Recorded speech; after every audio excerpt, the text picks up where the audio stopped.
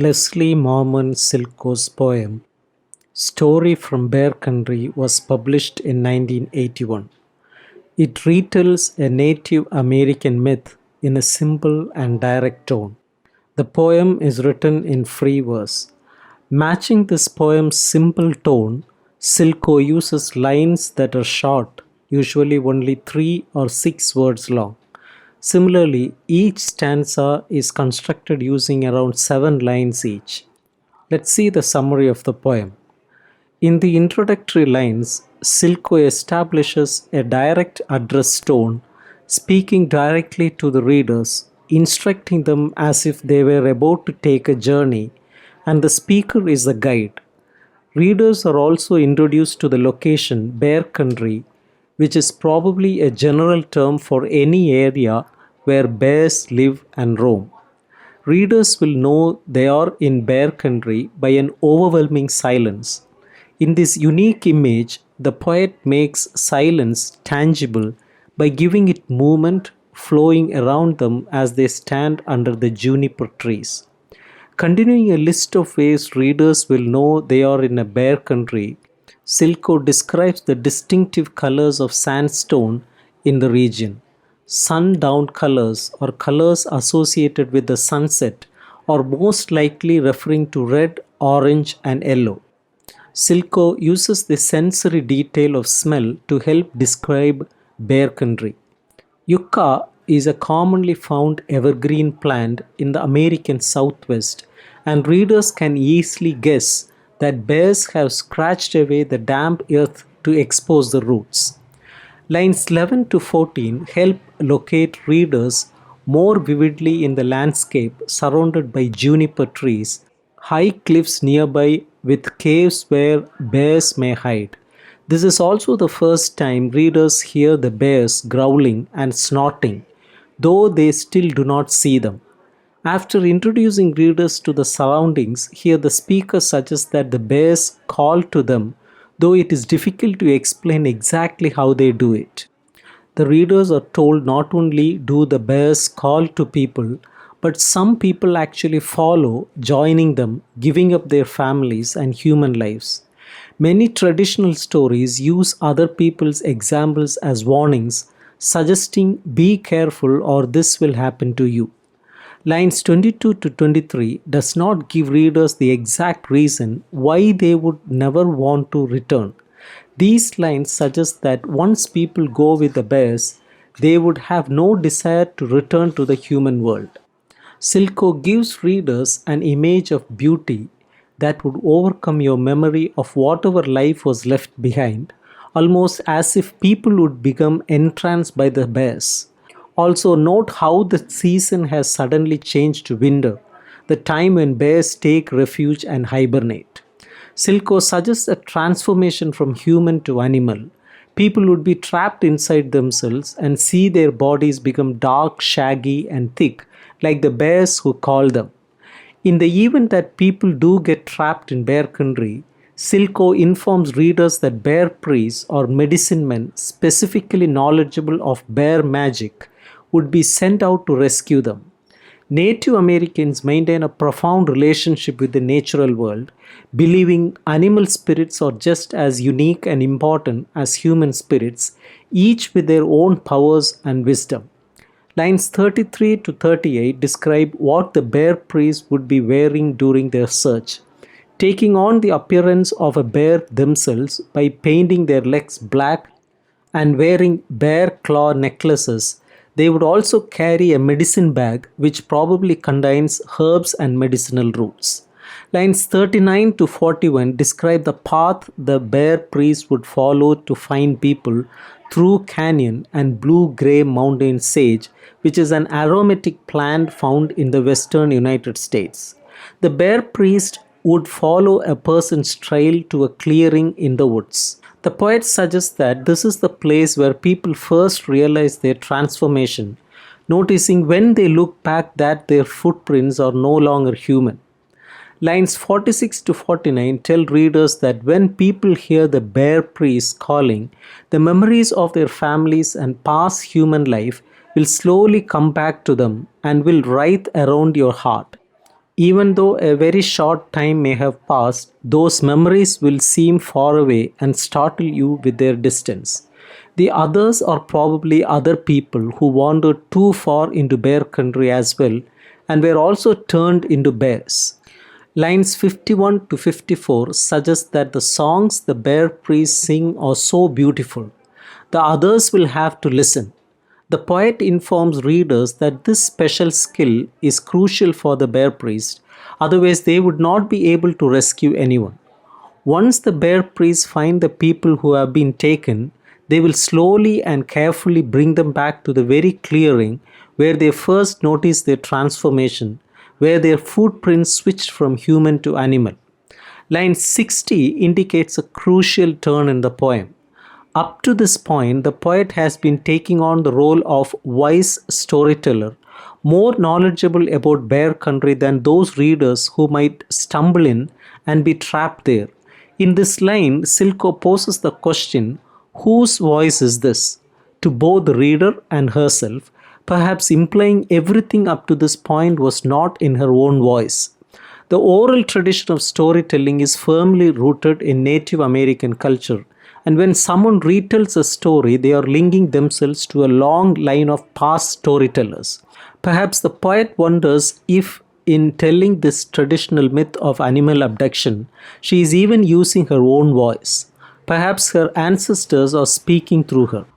This single line helps open a new level in the poem, moving from simple narrative to questions of heritage, tradition, and the power of myth. After asking readers whose voice is this, here Silko implies that maybe everything up to this point has been hypothetical. People have not been transformed. People are really just hiking alone in the woods, listening to the speaker's warnings about how the bears might call to them. Lines 65 to 67 help engage readers further in the poem by inventing a life, hiking through bear country while their families wait back at the car as if they had just stopped for a short while during a drive. Silko forces the reader to notice himself or herself as an active participant in the story, listening patiently. On one level, Silko is speaking as storyteller to listener, on another as poet to reader. By reading this far into the poem, readers have been listening to her for some time now. After guiding readers through an imagined bear abduction and rescue by a priest, lines 70 to 72 locate readers back where they started, alone in the woods surrounded by silence, where even the birds are silent. Silence was one of the first ways people learned they had entered bear country at the beginning of the poem. Similar to lines 6 and 7, lines 73 and 74 ask readers to notice the sunset and the reddish orange light on the cliffs. This recurring image helps frame the poem, returning the reader to a familiar place at the middle of the poem after traveling a great imagined distance through the first half of the poem. In a gentle and consoling tone, Silko returns to the role of storyteller, associating herself again with the bear priest, blurring the line between myth and reality by saying, "We have been calling you all this time." Readers have to wonder whether the abduction was hypothetical or real. In lines 79 to 83, Silko asks people to look behind them to see whether their tracks are human or bear, making them wonder really how far they have traveled into the bear country. Was this all just a myth, or did people really become bears before being rescued by Native American priests? People will only know if they turn around. On a larger scale, perhaps the poet is also commenting on the ability of myth to transform people. Often, when a person becomes engaged in a story, he or she will feel as though he or she gets lost in it. Hours passing as if only minutes. Maybe this is the power of myth. Through the mutual act of storyteller and listener, stories allow readers to become something else for a while, leaving normal lives behind and entering a landscape that is magical and mysterious. At this point, Silko changes tactics. Instead of addressing the reader directly and having the reader question whether there has been an abduction by bears, The poet instead recounts the story of someone else who has been abducted by bears. Silko says he was a small child. The was indicates that the story is from the past, unlike the first half of the poem, which is entirely in present or future tense. The small child is learning to get around by himself, implying that he is still young and untrained and needs guidance. The fact that his family went by wagon, as Silko notes in the next line, indicates that this story took place when people traveled by wagon. In this case, the poet most likely intends the poem to take place in the developing American West, where wagon travel was common. The mountains mentioned are most likely the Rocky Mountains, since piñons, edible seeds from pine trees, are often found in this region. While the family is harvesting the edible seeds, the poet offers a suggestion for how the child might have gotten away from the protection of his family. The child, still untrained and unaware of potential danger, tries to follow his brothers and sisters into the trees where they are picking piñons. Nobody thinks to look for him because each person thinks that the child is being watched by somebody else. As a result, it is not until the next day that the family tracked him. This long gap of time between the child's disappearance and their search for him implies that the food gathering process was important enough to forget about the care of the child. The use of tracking indicates that this family is most likely Native American, since tracking was one of the many cultural skills that traditional Native Americans used to survive their environment. When the family follows the tracks of the little boy, they find that he has passed into a canyon which is near the place which belonged to the bears. The use of the word belonged implies that the bears owned this place and the little boy and now the adult humans are trespassing. This idea is reinforced when Silko describes how the search party goes as far as they can to the very threshold of the bears' domain, the place where no human could go beyond. At this point, the search party's worst fears are confirmed. The boy's little footprints are mixed with the bear tracks. Now that the family knows for sure that their son is with the bears, they call in reinforcements asking a medicine man to come help them. Like the bear priest mentioned earlier in the poem, a medicine man was a Native American healer who used his knowledge of the magical powers of various substances and rituals to perform spiritual cleansings. In this case, the family is certain that the medicine man knew how to call the child back again. As Silko notes, there was not much time. The transformation from human to bear can happen quickly, especially for a child who has yet to learn the ways of humanity. For such an impressionable youth, the life of a bear can seem just as natural as the life of a human. For this reason, the medicine man is running with his assistants in close pursuit, moving much faster than the loping bear priests that were called upon to help the reader in the first part of the poem. The medicine man and his assistant, like the bear priest from before, were items to make themselves appear like bears. In this case, the item is bear weed, which they wear wrapped around their wrists and ankles and their necks. The bear weed also presumably acts like a charm against the hypnotic influence of the bears, so the medicine man and his assistants cannot be transformed themselves while they are trespassing in bear country and trying to save the child. The medicine man begins to act like a bear. He grunted loudly and scratched on the ground in front of him. The man is trying to lure the bears out of their cave, the entrance of which he kept watching. The man's efforts pays off as his growling sound attracts little bears to come out, thinking it is a mother bear sound. However, the medicine man must grunt and growl a little more before he is able to get the child to come out. At this point, the child's transformation into a bear is almost complete. In the absence of human instruction from his family, who was busy picking seeds, the impressionable child has found a new family in the bears. Silko notes that the child was already walking like his sisters and that he was already crawling on the ground. The fact that the child is already close to being part of the bear family underscores the idea that the child is impressionable. Because of this, the child has been all but converted into a bear. As a result, they could not just grab the child. If the family were to do this, they would have one very confused child on their hands. The boy would be stuck in between the human and bear worlds, a disconcerting spiritual state that could lead to his death. Although the child has almost completely turned into a bear at this point, the medicine man is still able to call him using the same type of method that the bears used to hypnotize people to try to slowly coax the boy back to civilization step by step.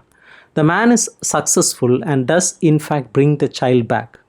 However, after getting the boy back from the bears, he was not quite the same. The poet once again draws attention to the fact that this event took place in the past, a long time ago. Silko also notes that in this time of Native American myths and legends, the boy was not totally transformed into a human. The boy had spent time in the company of bears, and this experience will always be part of him. This is especially true since when the boy discovered the bears, he was largely untrained.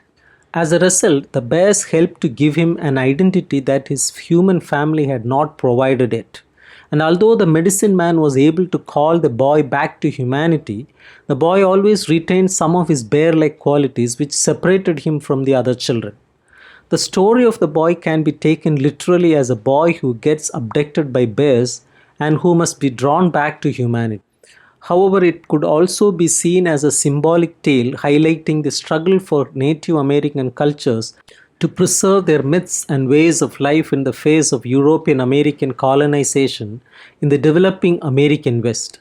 Silko also uses the first part of the poem to instruct her readers, many of whom are probably not of Native American descent, in one of the myths of her people, drawing the reader directly into the story by making the reader the focus of it. With this increased focus on myth, Silko then relates an actual story from the myths of her people, where a little boy was permanently transformed, at least in part, by bears. The boy can be viewed as a symbol of a new generation of Native Americans who are now out of touch with their heritage and therefore lack an identity like young children do. However, if this new generation tries to blindly follow the lead of their older brothers and sisters or ancestors, they can lose themselves. This situation is not desirable in a society where such changes of identity would cause them to appear different from others. Differences have historically been used as a method of oppression or exclusion in American society. So Silko seems to be saying that if Native Americans insist on surrendering to their ancient ways, they could be singled out in American society. However, the poem is also a message to Silko's American readers, entreating them not to persecute the new generation for being transformed, at least in part by its heritage.